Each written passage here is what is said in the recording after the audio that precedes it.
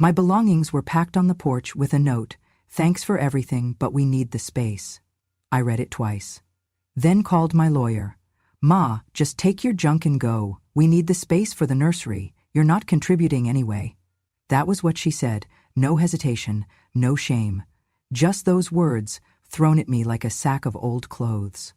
I had just come out of the laundry room, folding towels still warm from the dryer. I could still hear the soft hum of the machine, the scent of fresh linen clinging to my palms. That scent mixed with the burn of her words, and for a moment, I forgot how to breathe. "My name is Dorothy. I am 69 years old. I have one son, one daughter-in-law, one grandson who calls me Grandma only when someone reminds him, and a husband who left me 3 years ago, left this world, not by choice, but by cancer. Before he passed, he held my hand and said, 'Dot, whatever happens, don't ever let them treat you like you don't matter.' I said I wouldn't. I meant it then. But some things in life, some truths, you only see clearly when it's far too late. I used to own a small grocery store down in Austin, a humble little place where I sold more handshakes than canned goods, where folks came not just to buy, but to sit a while and talk. That store kept my family afloat when my son was in college. It was how we survived my husband's illness, and it was mine. 4 years ago, I sold it. My son had come to me, tired, anxious, shoulders heavy with bills and a failing job. His wife had lost hers too. They were drowning in debt. Their house was in bad shape, barely livable for a child, let alone a growing family. So I did what any mother would do. I sold the store. I gave him nearly everything, every check, every bond, every dollar I had saved for my retirement, my golden years. He said thank you, she didn't. I moved into their guest room, not that I asked to. They said it was temporary, just until things got better, just until they got back on their feet, just until became 4 years. In those years I cooked every meal, cleaned every floor, picked up their boy from school, nursed his fever when they had Zoom meetings, washed every bib, paid for more than a few grocery runs, not that they noticed. And still, I was never a part of the home. I remember one afternoon, I was making my late husband's beef stew recipe. My fingers still knew how to chop the carrots just right, how to stir the pot without letting it burn. I was humming when she walked in, nose scrunched like I had spilled sewage on the stove. "It smells like arthritis cream in here," she muttered, not even looking at me. She didn't like old people food, said it lingered in the curtains, started lighting scented candles around the kitchen like I was a contagion. Lavender, eucalyptus, things that burned my eyes but not hers. I said nothing. Then there was the time her friends came over.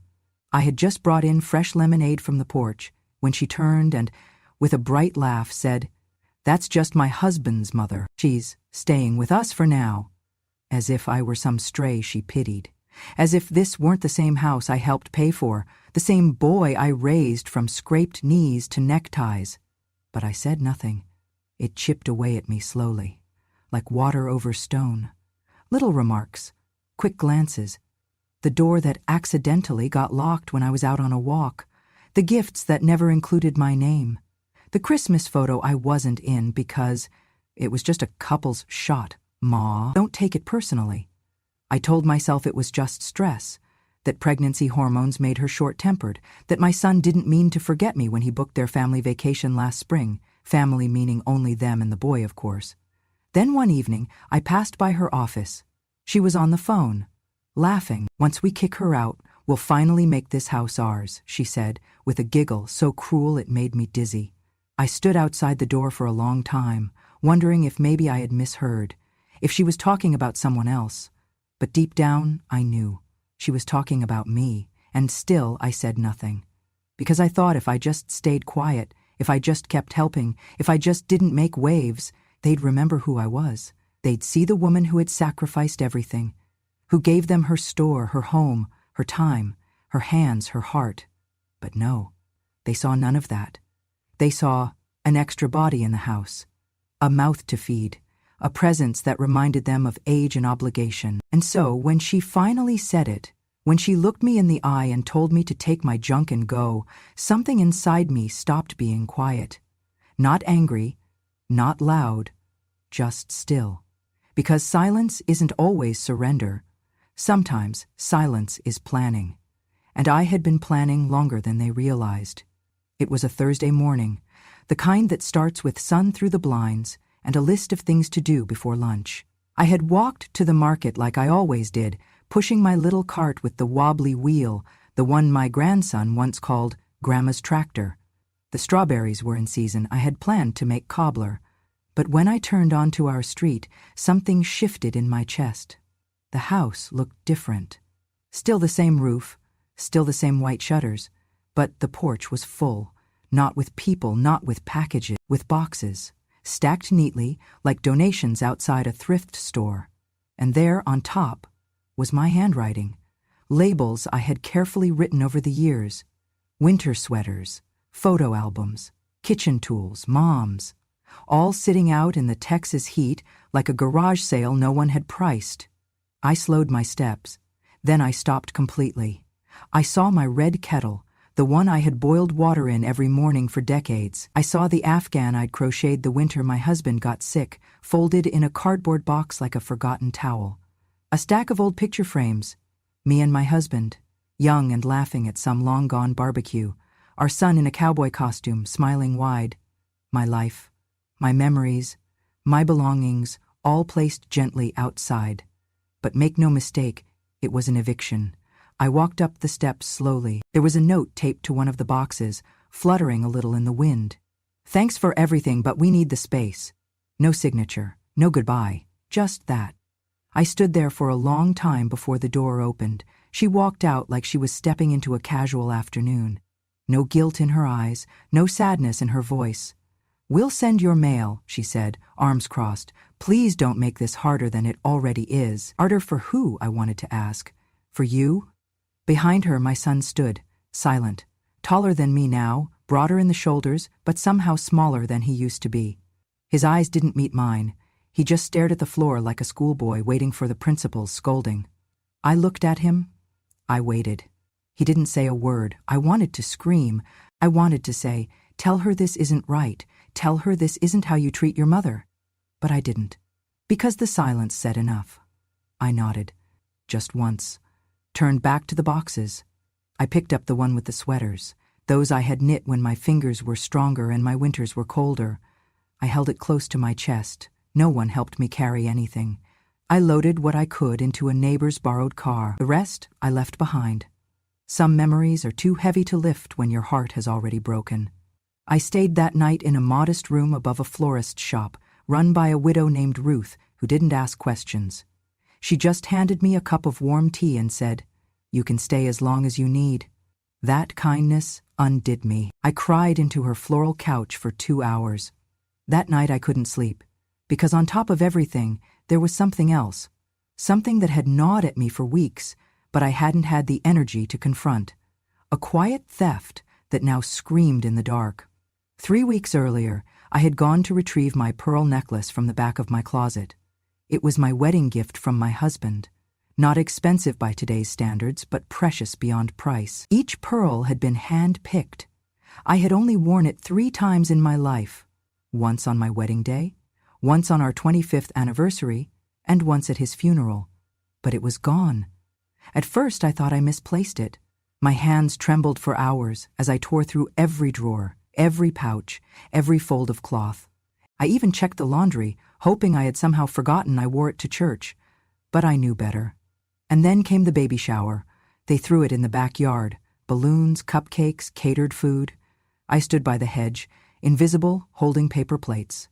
No one asked me to sit. No one handed me cake. That's when I saw her. She was laughing, hand on her belly, talking to her friends.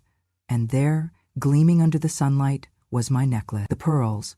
My pearls. Around her neck, like some heirloom she had earned. "Oh, this?" I heard her say when someone complimented it. "My husband gave it to me, family heirloom, you know." Yes, I knew. I clutched my paper plate so hard it bent in half. In that moment, something snapped.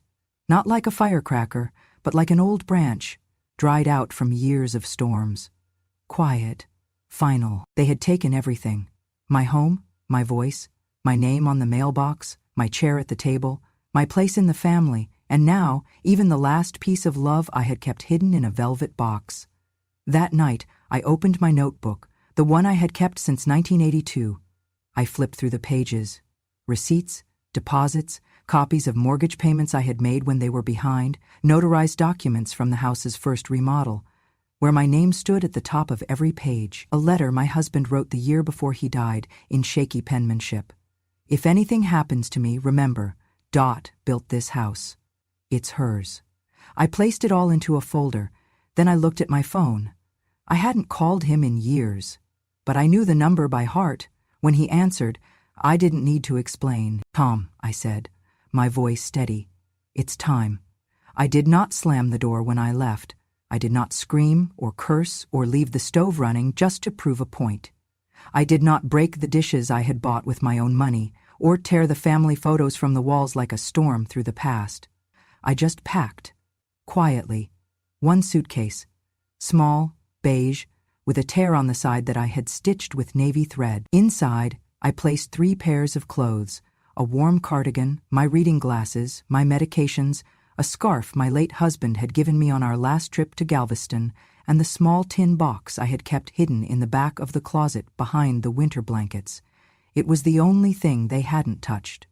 That box held what they never understood, what they never thought to ask about, what I had protected, not just from moths and time, but from entitlement. Inside were 2 things.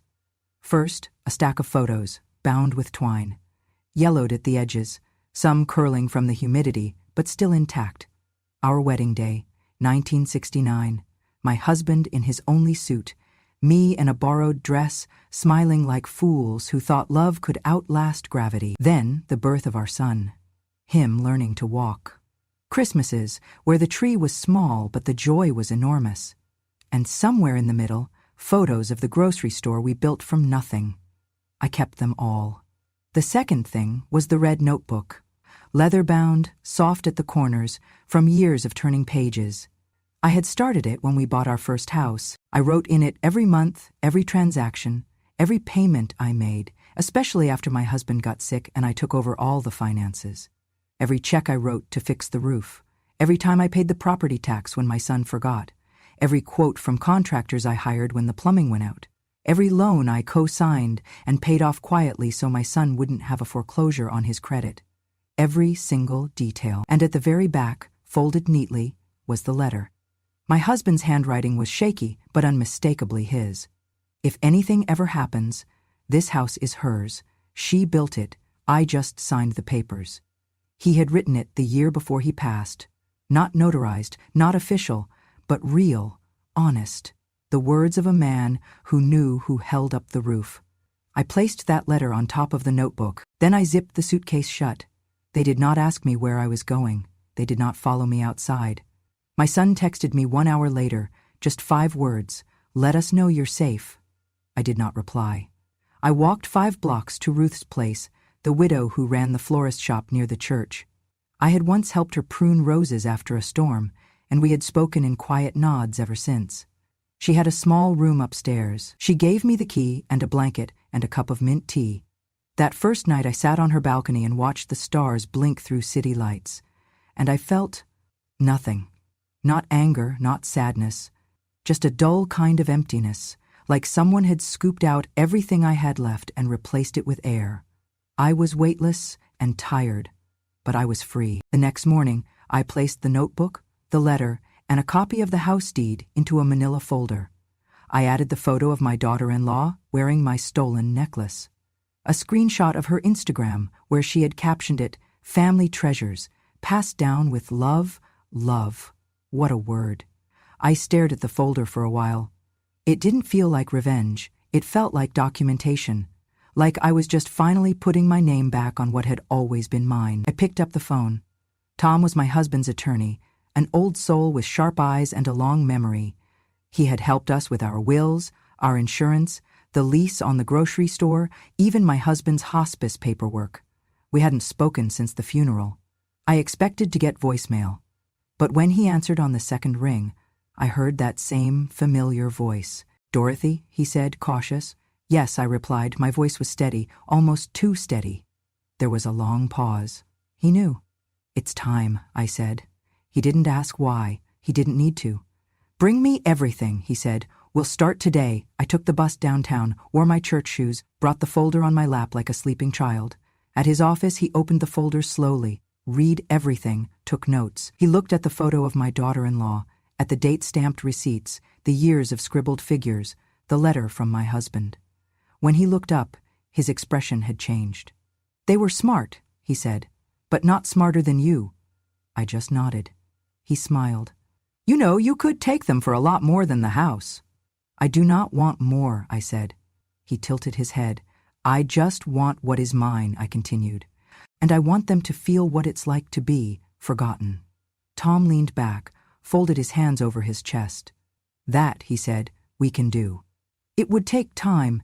He explained the process. I listened carefully, not out of anxiety but resolve. There were steps to follow, papers to file. But the foundation was already there, laid by my quiet hands across decades. They just never thought I kept the receipt. As I left his office, I passed a mirror in the hallway. For the first time in months, I looked at myself. Really looked. I was still me. Wrinkled, yes. Tired, of course, but standing. And standing alone is still standing. I walked back to Ruth's shop, my head high, my pace steady.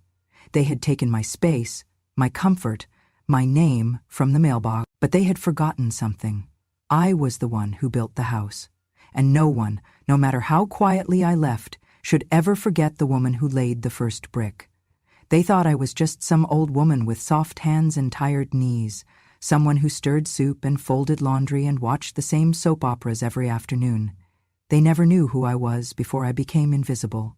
I was the first in my family to graduate college. Back in the 1970s, that meant something. I was the only girl in my class who didn't drop out to marry early, the only one who turned down a ring so I could keep a scholarship. I studied accounting. Numbers made sense when people didn't. That was where I met my husband. He was working nights at a gas station to pay for trade school. He was kind, even then. Not flashy, not loud, but steady, reliable. The kind of man who held doors open and remembered your father's name after one introduction. We had nothing. Not even a mattress of our own when we first moved in together. Just 2 plates, 2 forks, and a secondhand coffee pot that dripped more than it brewed. But we had plans. We opened the grocery store 2 years after we married. It was a tiny space in East Austin, half-empty shelves, creaky floors, and the kind of cash register that still rang like a bell. I handled the books, he ran the counter. We worked 12-hour days for years. No vacations, no sick days, just work, sweat, faith. We made it through inflation, looting, floods, and power outages. We raised our son behind that counter. He used to sit on the milk crates with a juice box, pretending to tally up prices with a crayon. He used to tell his friends, "My parents own a store. They're important." I guess that changed. When we finally had enough money for a house, it was me who handled the mortgage. I negotiated every term, paid every fee, stood in line at the courthouse to file the paperwork. The deed was in my name for the first 5 years. But one night, after my husband came back from a barbecue with some old friends, he sat on the edge of our bed, quiet. "They kept asking who owned the house," he said. "And?" I asked. He hesitated. It makes me feel small, like I can't even say it's mine. So I transferred the deed. No questions, no bitterness, just a signature. Because love, I thought, meant lifting the person you love, even if it meant lowering yourself a little. He never asked me to. But he didn't stop me either. That was the beginning of me giving away parts of myself and calling it loyalty. After he passed, I found that old copy of the deed still folded in his Bible. My name was faded from the ink, but not from the memory. What my son never knew was that without me, they would not have had a house to live in. That every time they missed a bill, I was the one who caught it before it bounced. That I paid off their credit cards twice, silently, just to protect his credit score. That when the water heater broke, I called the plumber. When the fridge stopped cooling, I ordered the new one, all under the same roof where they told me to stay quiet. I remember one night, during the second trimester of my daughter-in-law's pregnancy, she was complaining about the water pressure in the guest bathroom. I offered a suggestion, just a gentle comment, about replacing the old pipe system that I had helped install years ago. My son looked up from his phone, annoyed. "If you wanted to say," he said, "you should have paid for more." I felt like the air had been sucked out of the room. I had. I had paid with every dollar in my savings, with every sleepless night worrying about their bills, with every casserole, every late-night fever check, every time I held my tongue when she mocked my food, my hair, my silence. But to him that meant nothing. To him, love was only counted when it came with an invoice. I remember sitting on the porch that night after they went to bed. The sky was clear, but the stars looked different, distant, like even they were turning away. I thought of all the women in my family who never got to be old, who never got to tell their stories. My mother, who scrubbed floors until her hands cracked. My aunt, who raised 5 children and was buried in a borrowed dress. I thought I had broken the cycle. I thought building something would protect me. One night, after she mocked my cooking again, I packed a bag, just a small one. I sat on the edge of the bed, holding my keys, ready to walk out without a word, but then I heard his footsteps, my grandson, padding through the hallway in his pajamas. He knocked, once. "Grandma, did you make triangle toast?" he asked. I unpacked the bag that night, not because they deserved me to stay, but because he did. At least, I thought so then. But here I was, erased. And the cruelest part? They weren't monsters. They were just indifferent. They didn't hate me, they just didn't think I mattered enough to hate. And in many ways, that hurt more. So I decided to let them keep their version of the story, the one where I was just Ma, a quiet presence in the background. The one who helped out, but didn't do much. The one who was lucky to have a room, a roof, a place to stay. Let them believe that, because soon the truth would walk through the front door with paperwork in hand. And when it did, they would finally see me, not as a burden, but as the builder, as the name they erased from the deed, as the woman who had been silent for far too long. The day they celebrated the coming of new life was the same day I reminded them of who had given them the one they already had. It was a sunny Saturday, the kind where the Texas heat wraps around your shoulders like a warning. They had strung pastel streamers across the backyard fence, lined folding tables with tiny cupcakes and baby blue plates, and taped "It's a boy" banners to the patio windows.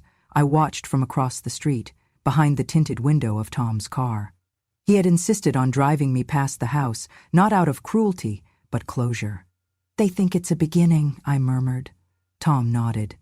"It is, just not the one they expected." At exactly 2:15 p.m., his assistant walked up the front path in a pressed gray suit, holding a thick envelope in one hand and a small box in the other. I watched as she rang the doorbell and waited. It was my daughter-in-law who answered. She was dressed in pink satin and pearls, my pearls, looking every bit the hostess she always wanted to be. She smiled out of habit, not recognition. But the moment the assistant handed her the envelope, her face shifted, from confusion to suspicion to fear. She didn't open it right away. She just held it like it might explode. Then the assistant pointed at the box and said something. I couldn't hear the words, but I knew what they were. Inventory. Evidence. The law, wrapped in manners. Inside that envelope was everything. Almost everything. There was a moment when I asked Tom if I should press charges for the stolen necklace. His response was calm.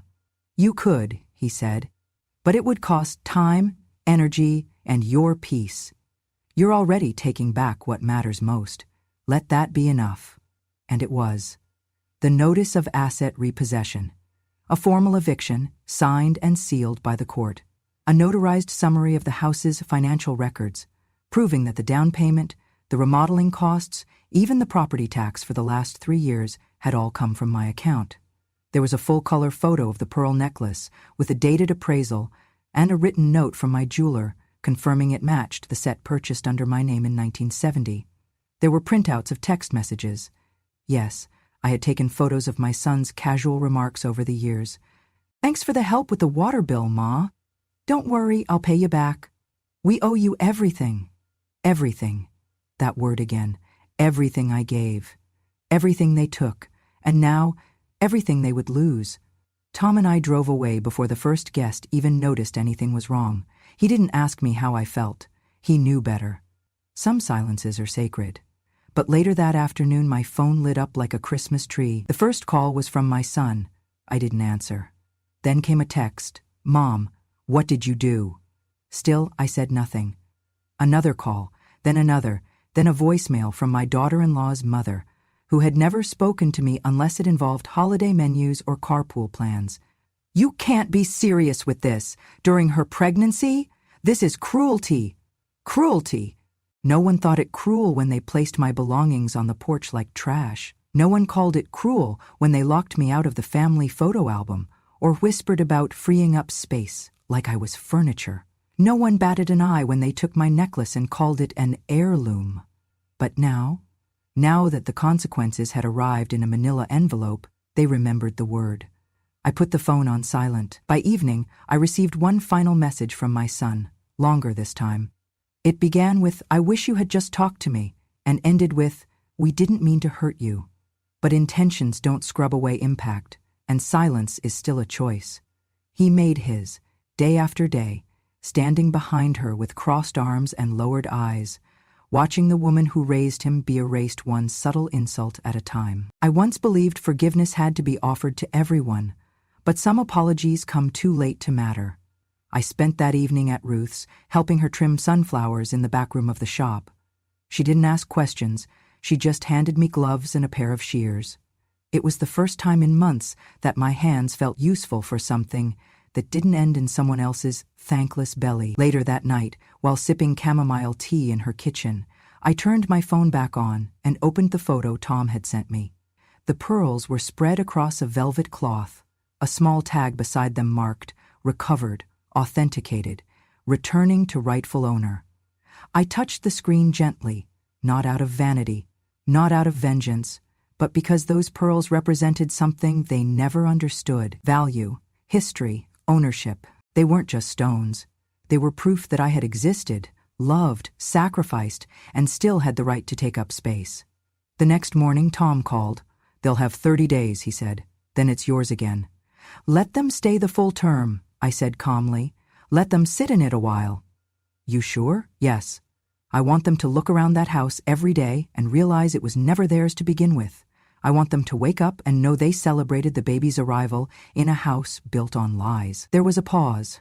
"Dorothy," he said quietly, "you're something else." I smiled, the first real smile in weeks. "I used to be," I said. "Now I'm just remembering." That day I packed a small bag, not with clothes, but with copies. Copies of every document, just in case. I placed them in a fireproof lockbox under my bed. Not because I didn't trust the law, but because I had learned never to trust people who say, "We're family," right before they take what's yours. Over the next few days, my phone quieted. No more calls, no more texts, just silence. And that silence, it felt like justice. It was 2 days after the envelope arrived when I heard the knock. 3 sharp taps, firm, then still. I knew it was him before I even opened the door. Mothers know the weight of their children's footsteps, even after they forget how to say your name with love. He was standing there, shoulders hunched in that way he did when he was 8, and had broken the neighbor's window with a baseball. Only this time, there was no bat in his hand, just guilt, naked and raw, clinging to his face like humidity. "Hi, Ma," he said. I didn't respond. I simply stepped aside and let him in.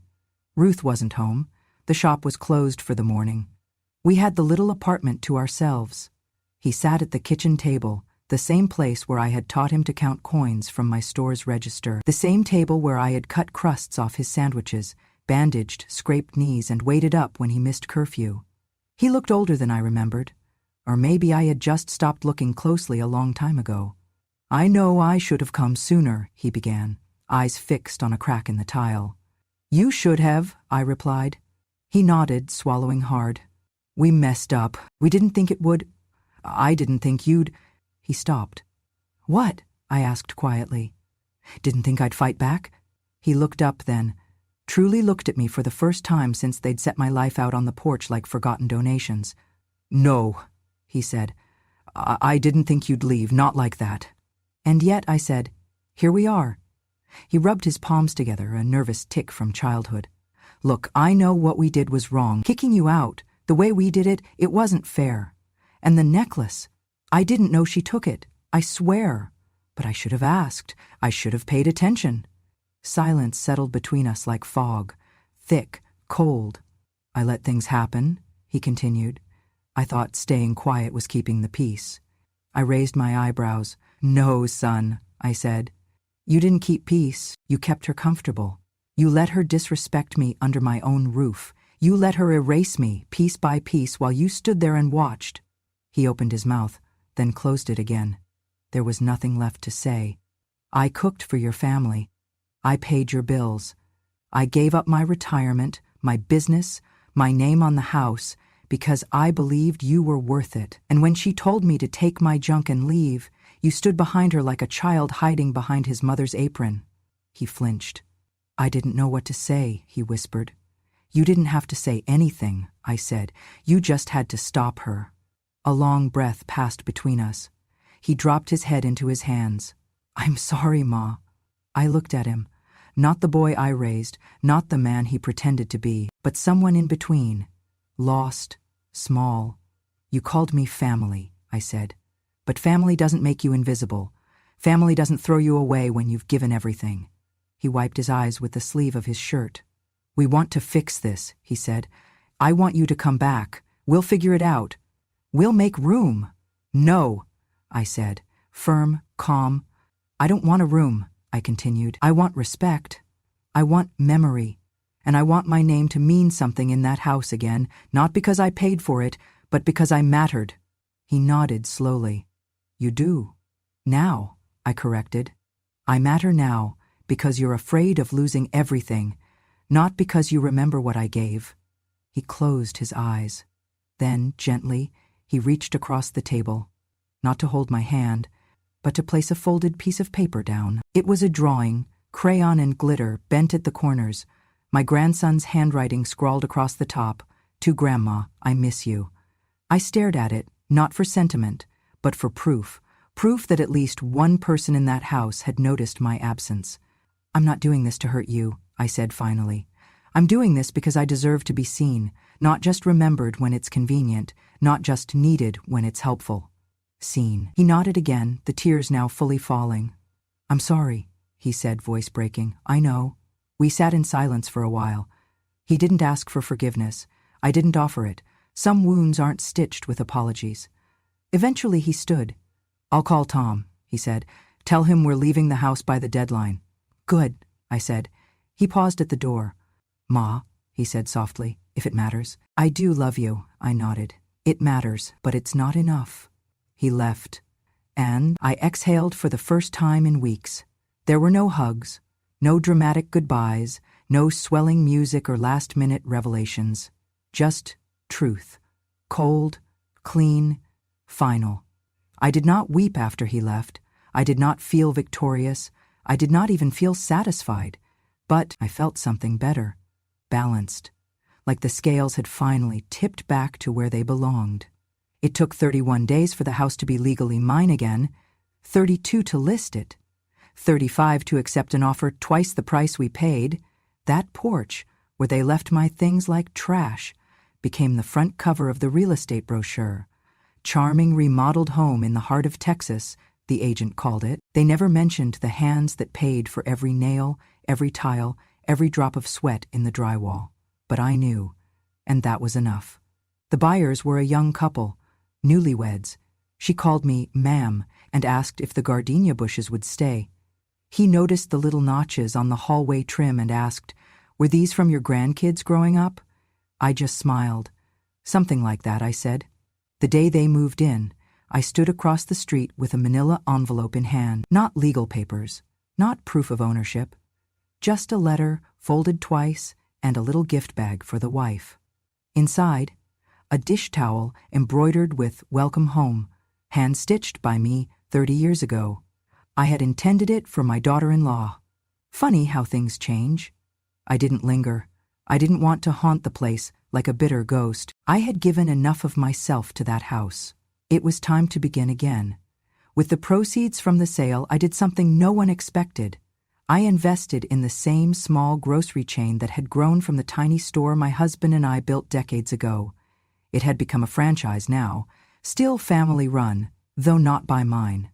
I called the new owner, a young woman named Camille, who had bought the name rights and preserved the recipes. I told her who I was. She gasped, then whispered, "You're that Dorothy?" I laughed. "The one who used to price apples by hand, yes." We met for coffee the next day. She asked me 1,000 questions, I answered them all, and by the end of the week I had a seat on her advisory board and shares to my name. Not bad for a woman who was kicked out for needing space, I told Tom over the phone. "You're not just getting space," he said, "you're taking back legacy." Exactly. I found a penthouse in the city, not huge, but bright, a balcony with room for morning tea, and the cactus I had kept alive for years, the one my husband gave me on our anniversary. "Like us," he said, "tough, quiet, and hard to kill. It had bloomed once."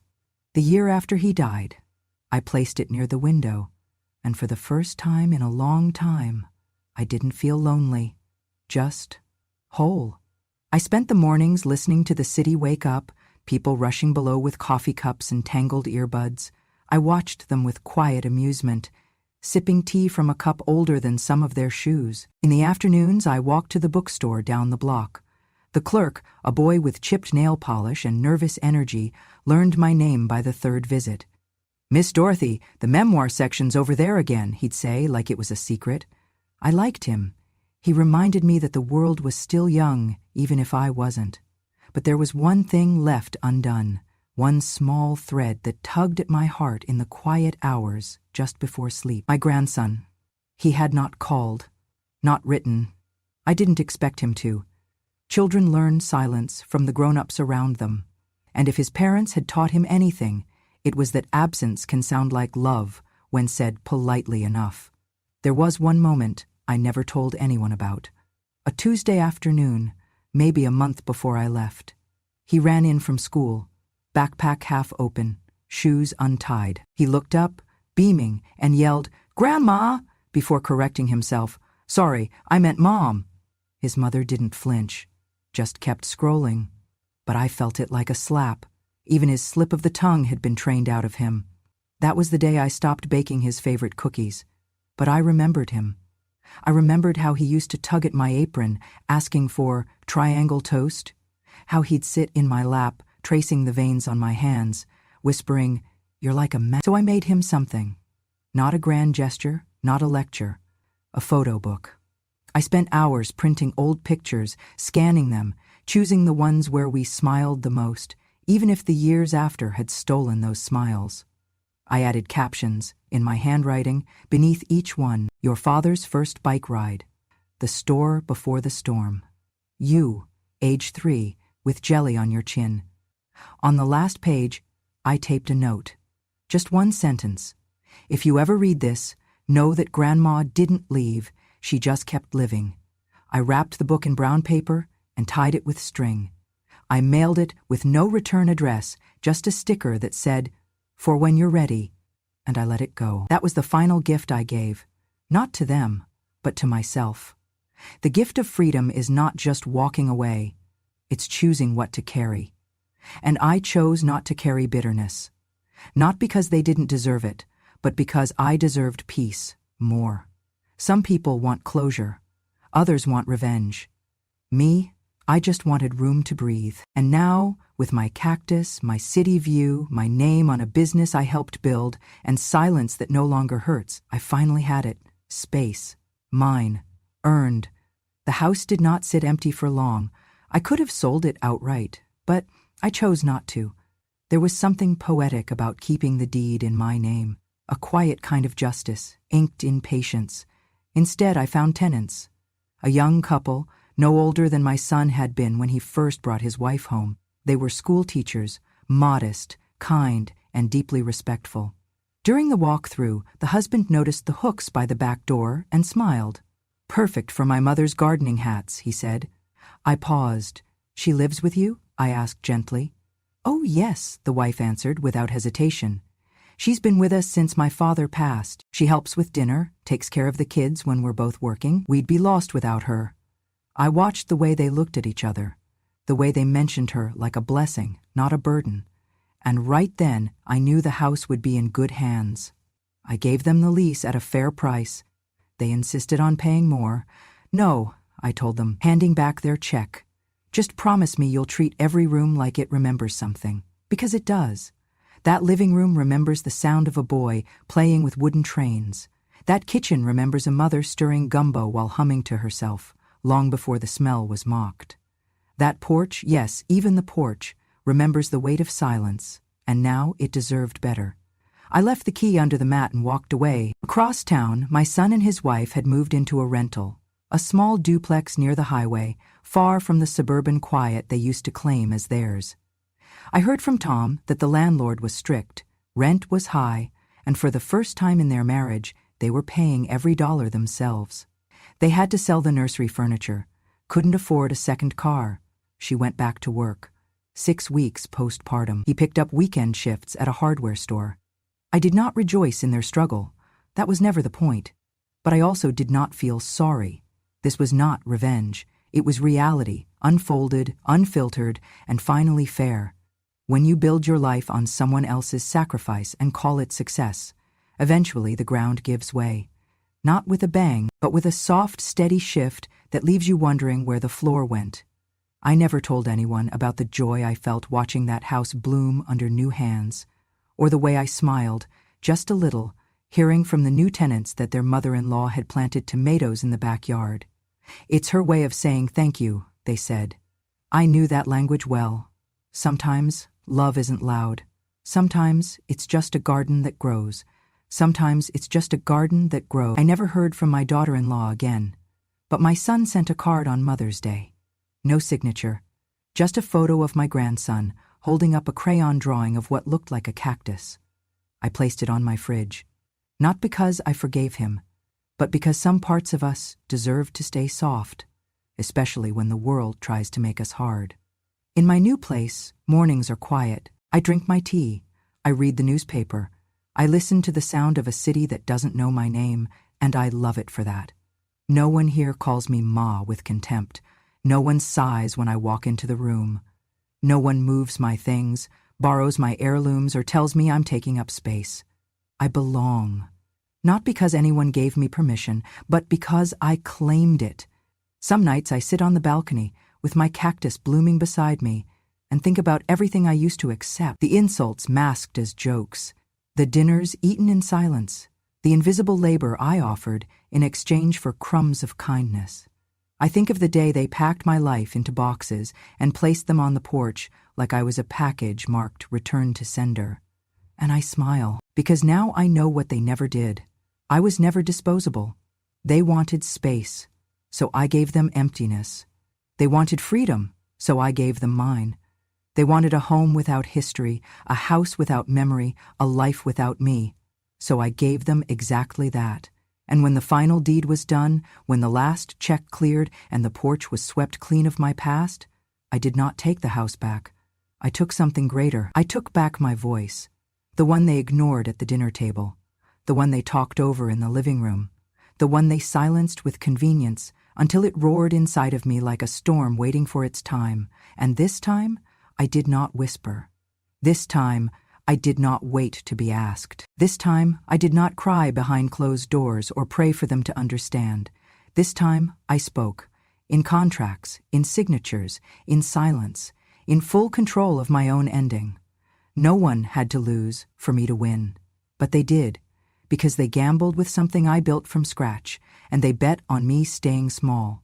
They were wrong, so no, I did not get revenge. I got restoration.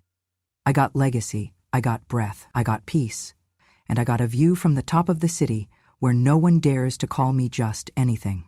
I am Dorothy, mother, builder, survivor, and if anyone ever asks what became of the woman they put out on the porch with a note and a thank you, tell them she lived louder than ever, and she was never quiet again. If this story stirred something in you, a memory, a truth, a silence you've carried too long, know this. You are not alone. Some of us were pushed aside, forgotten, or told we were just the mother, the wife, the help. But we remember, and now we speak. This was her true story from Texas, but it echoes in kitchens, porches, and quiet hearts across the country. If you want more stories like this,